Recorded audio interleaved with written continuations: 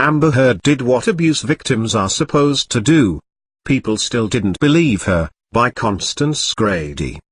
The divorce of Amber Heard and Johnny Depp is now final, and one thing's for sure, Heard didn't get any money out of it. She settled the divorce out of court for $7 million, all of which she has now donated to charitable causes.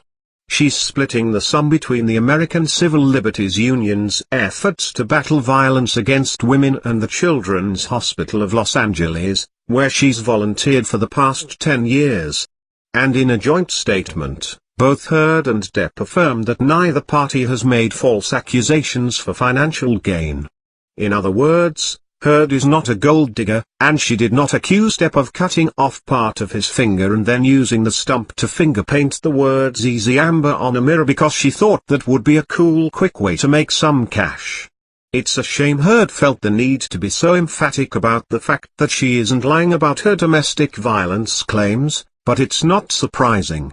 Ever since she first filed for a restraining order against Depp in May, Heard has done everything we say domestic abuse survivors should do.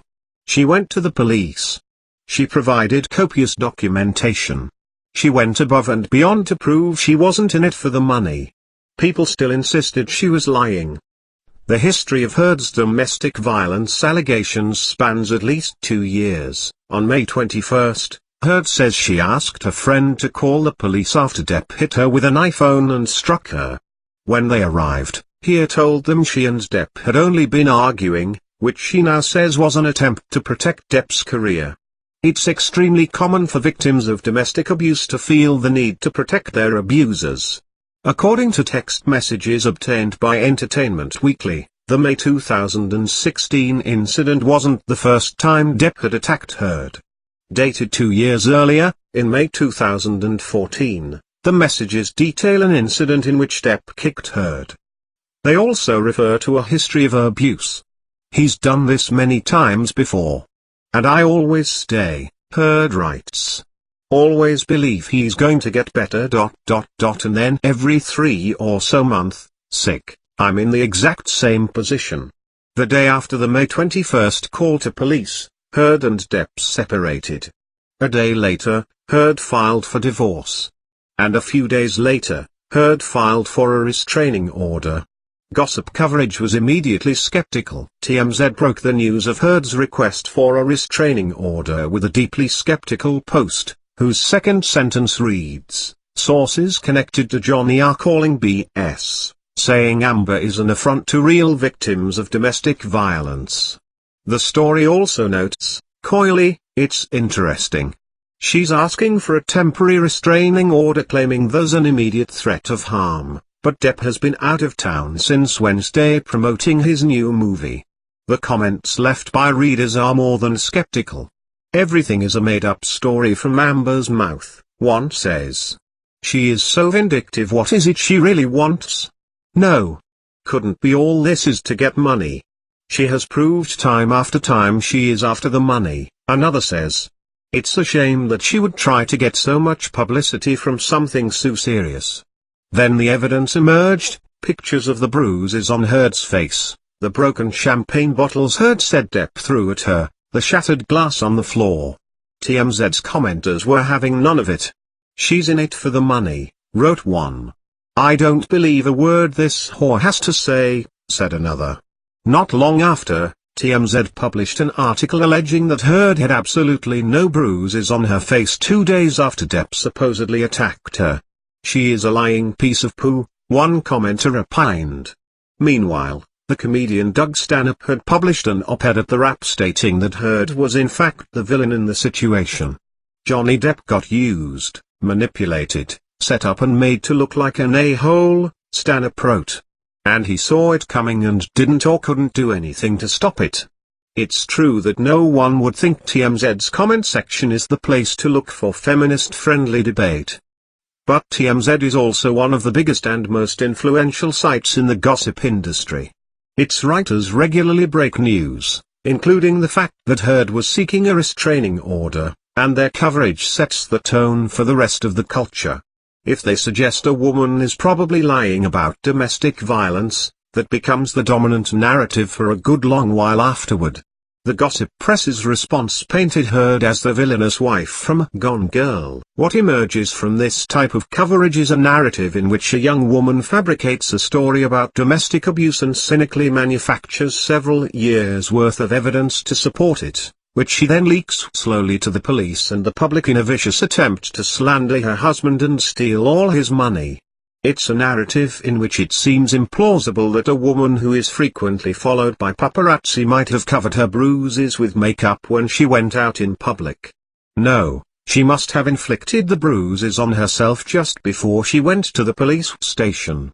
In other words, this is a narrative in which people are more willing to believe that Gone Girl is a documentary than that Heard is telling the truth, and that her much older, richer, and more powerful husband abused her. We're about 5 minutes away from someone suggesting that Heard killed Neil Patrick Harris mid-Curtis. That's how desperate some people are to ignore the fact that the evidence against Depp is extremely compelling. The Heard is lying narrative is an extremely familiar one. It's not really surprising that so many people think Heard is lying. That's what usually happens when a woman accuses a powerful and beloved man of hurting her. But it's telling that this narrative persists even after Heard went out of her way to knock it down. Traditionally, when a woman accuses a famous man of hurting her, the responses are 1, there's no proof, and 2, she's just doing it for the money and the attention. It's a ready-made narrative we return to over and over, so there are many versions of it, but here's a nice clear example in National Report's fervent defense of Bill Cosby. Most of these depreciated old skanks will fabricate some ludicrous tale of sexual assault decades after they claim the incidents occurred. This way they can destroy reputations, smear an individual's successful career, and in this case taint Cosby's good name by rousting a bunch of dizzy unattractive lesbians. I am cutting this for length as the description of angry feminists goes on for quite a few lines. Though no evidence exists to support their fabricated malicious and destructive fictional accounts of abuse. And in today's digital age where any moron can claim anything they want and spread it across the internet, we're already seeing the damning effects of groundless accusations. In spite of not having a single shred of evidence against Cosby, Netflix, NBC and TV Land have terminated future projects involving Cosby, or have removed Cosby Entertainment from their programming.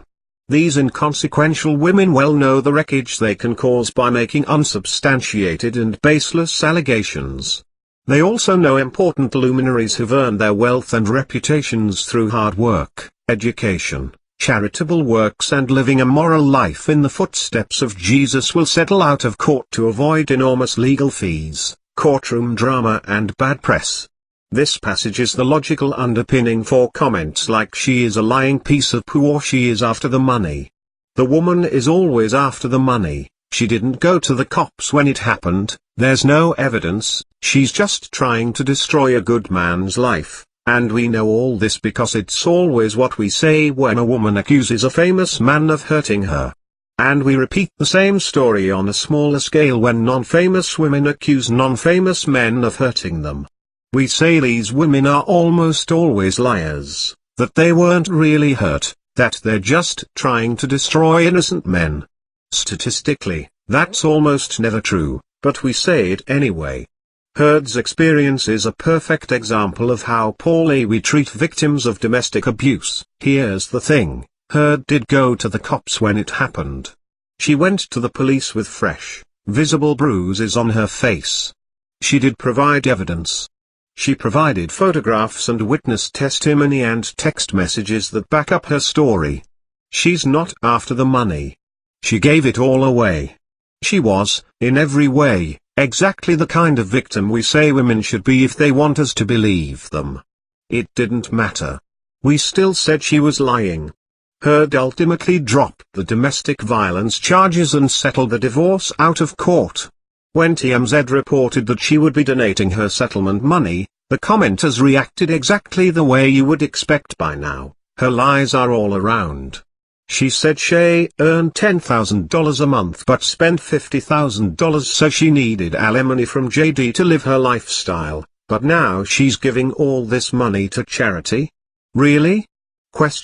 Crazy and liar. Our treatment of Heard proves that it doesn't really matter how women act when they accuse men of hurting them. We don't really care. We'll find a way to call them liars no matter what they do.